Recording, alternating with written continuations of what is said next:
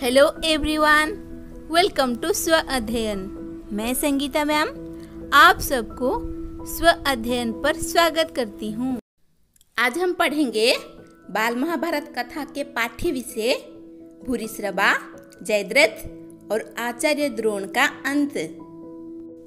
उधर अर्जुन सिंधुराज जयद्रथ के साथ युद्ध कर रहा था और उसका वध करने के मौके की तलाश में था। इतने में भूरिश्रवा ने सात्यकी को ऊपर उठाया और जमीन पर जोर से दे पटका। कौरव सेना जोरों से कोलाहल कर उठी। सात्यकी मारा गया। अर्जुन ने देखा कि मैदान में मृत्यु से पड़े सात्यकी को भूरिश्रवा घसीट रहा है। यह देखकर अर्जुन भारी असमंजस में पड़ गया।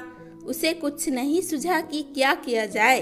वह श्री कृष्ण से बोला, कृष्ण, भूरिश्रवा मुझसे लड़ नहीं रहा है, दूसरे के साथ लड़ने वाले पर कैसे बाण चलाऊं?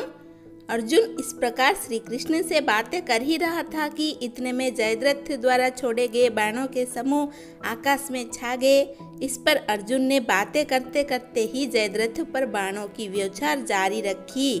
ज्यों ही अर्जुन ने सात्यकी की ओर मुड़कर देखा तो पाया कि सात्यकी जमीन पर पड़ा हुआ था और भूरिश्रवा उसके शरीर को एक पांव से दबाकर और दाहिने हाथ में तलवार लेकर उस पर वार करने को उद्यत ही था। यह देखकर अर्जुन से रहा न गया। उसने उसी क्षण भूरिश्रवा पर तान कर बाण चलाया। बाण लगते ही भूरिश्रवा का दाहिना हाथ कटकर तलवार समेत दूर जमीन पर जा गिरा। अपना हाथ कट जाने पर जब भूरिश्रवा ने कृष्ण की निंदा की तो अर्जुन बोला, वृद्ध भूरिश्रवा, तुमने मेरे प्रिय मित्र सात्यकी का वध करने की कोशिश की है, और वह भी उस समय जबकि वह घायल और अचेत सा होकर जमीन पर निशस्त्र पड़ा हुआ था। उस अवस्था में तुमने उसे तलवार से मारना चाहा, जिसके हथियार टूट चुके थे, कवच नष्ट हो चुका था और जो इतना थका हुआ था कि जिसके लिए खड़ा रहना भी दूभर था। ऐसे मेरे कोमल बालक अभिमन्यु का वध होने पर तुम सभी लोगों ने विजयोत्सव मनाया था। तुम ही बताओ कि ऐसा करना किस धर्म के अनुसार उचित था? अर्जुन के इस प्रकार मुंह तोड़ जवाब देने पर भूरिश्रवा युद्ध के मैदान में शेरों को फैलाकर और आसन जमा कर बैठ गया। उसने वहीं आमरण अनशन शुरू कर दिया। वह सब देखकर अर्जुन बोला, वीरो, तुम सब मेरी प्रतिज्ञा जानते हो। मेरे बाणों की पहुंच तक अपने किसी भी मित्र या साथी का शत्रु के हाथों वध न होने देने का प्रण मैंने कर रखा है। इसीलिए सात्यकी की रक्षा करना मेरा धर्म था। अर्जुन की ये बातें सुनकर भूरिश्रवा ने भी शांति से सिर नवाया और जमीन पर टेक दिया। इन बातों में कोई 2 घड़ी का समय बीत गया था। सब लोगों के मना करते हुए भी सात्यकी ने भूरिश्रवा का सिर धड़ से अलग कर दिया। सात्यकी के कार्यों को सबने निकृष्ट कहकर धिक्कारा। लड़ाई के मैदान में जिस ढंग से भूरिश्रवा का वध हुआ था उसे किसी ने भी उचित नहीं माना। कौरव सेना को तितर बितर करता हुआ अर्जुन जयद्रथ के पास आखिर पहुंच ही गया, परंतु जयद्रथ भी कोई साधारण वीर नहीं था। वह सुविख्यात योद्धा था। वह डटकर लड़ने लगा। उसे हराना अर्जुन के लिए भी सुगम न था। बड़ी देर तक युद्ध होता रहा। दोनों पक्षों के वीर सूर्य की ओर बार बार देखने लगे। धीरे धीरे पश्चिम में लालिमा छाने लगी और सूर्यास्त का समय भी नजदीक आने लगा, परंतु जयद्रथ और अर्जुन का युद्ध समाप्त होने के कोई लक्षण नजर नहीं आते थे। यह देखकर दुर्योधन के मन में आनंद की लहरें उठने लगी। उसने सोचा कि अब जरा सी देर और है, जयद्रथ तो बच ही गया और अर्जुन की प्रतिज्ञा विफल हुई ही सी है।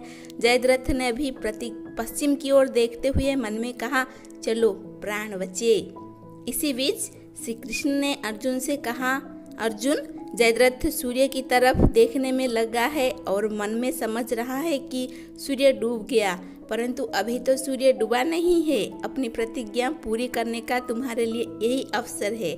श्री कृष्ण के ये वचन अर्जुन के कान में पड़े ही थे कि अर्जुन के गांडीव से एक तेज बाण छूटा और जयद्रथ के सिर को उड़ा ले गया। श्री कृष्ण ने समय पर ही एक चेतावनी अर्जुन को दे दी थी कि जयद्रथ के सिर को जमीन पर नहीं गिरने देना। अर्जुन ने ऐसा ही किया। जयद्रथ के पिता राजा बृहद्रथ अपने आश्रम में बैठे संध्या वंदन कर रहे थे कि इतने में जयद्रथ का सिर ध्यानमग्न राजा की गोद में जा गिरा।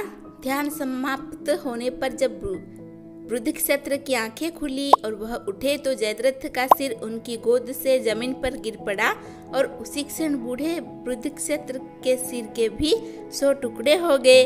जब युधिष्ठिर ने जान लिया कि अर्जुन के हाथों जयद्रथ का वध हो गया है तो उन सब के आनंद की सीमा न रही।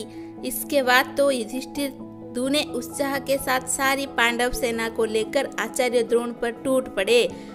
14वें दिन का युद्ध केवल सूर्यास्त तक ही नहीं हुआ बल्कि रात को भी होता रहा।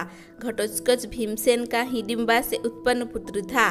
कर्ण और घटोत्कच में उस रात बड़ा भयानक युद्ध हुआ। घटोत्कच ने कर्ण को भी इतनी पीड़ा पहुंचाई थी कि वह आपे में न रहा और इंद्र की दी हुई शक्ति का, जिसे उसने अर्जुन का वध करने के उद्देश्य से यत्नपूर्वक सुरक्षित रखा था, घटोत्कच पर प्रयोग कर दिया।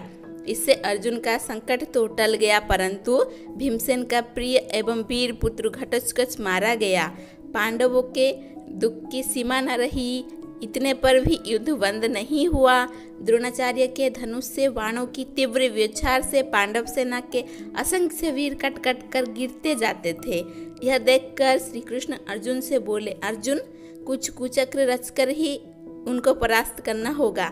आज अगर परास्त न हुए तो ये हमारा सर्वनाश कर देंगे। इसीलिए किसी को आचार्य के पास जाकर यह खबर पहुंचानी चाहिए कि अश्वत्थामा मारा गया।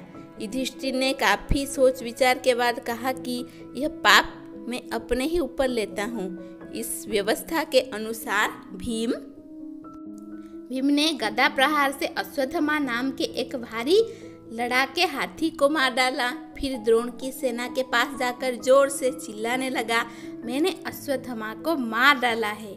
इधर युद्ध करते हुए द्रोणाचार्य ब्रह्मास्त्र का प्रयोग करना ही चाहते थे कि उन्होंने सुना कि उनका पुत्र अश्वत्थामा मारा गया। वह विचलित हो गए। साथ ही उन्हें इस बात की सच्चाई पर भी शक हुआ। उन्होंने युधिष्ठिर से पूछा। आचार्य द्रोण को विश्वास था कि युधिष्ठिर झूठ नहीं बोलेंगे। युधिष्ठिर असत्य बोलते हुए डरे, पर विजय प्राप्त करने की लालसा में किसी तरह जी कड़ा करके जोर से बोले, हाँ, अश्वत्थामा मारा गया। परंतु यह कहते कहते अंत में धीमे स्वर में यह भी कह दिया कि मनुष्य नहीं, हाथी। इसके साथ ही भीम तथा अन्य पांडवों ने जोरों का शंखनाद और सिंहनाद किया, जिससे युधिष्ठिर के अंतिम वचन उस शोर में लुप्त हो गई। युधिष्ठिर के मुंह से यह सुनते ही चारों ओर हाहाकार मच गया और इसी हाहाकार के बीच धृष्टद्युम्न ने ध्यानमग्न आचार्य की गर्दन पर खड्ग से जोर का वार किया। आचार्य द्रोण का सिर तत्काल ही धड़ से अलग होकर गिर पड़ा। आज हमने पढ़ा बाल महाभारत कथा के पाठ्य विषय भूरिश्रवा, जयद्रथ और आचार्य द्रोण का अंत। हमारा अगला पाठ्य विषय है कर्ण और दुर्योधन भी मारे गए। जानने के लिए हमारे साथ जुड़े रहिए। धन्यवाद। ऐसे ही वीडियो देखने के लिए चैनल को सब्सक्राइब कीजिए। नोटिफिकेशन के लिए बेल आइकन को दबा दीजिए।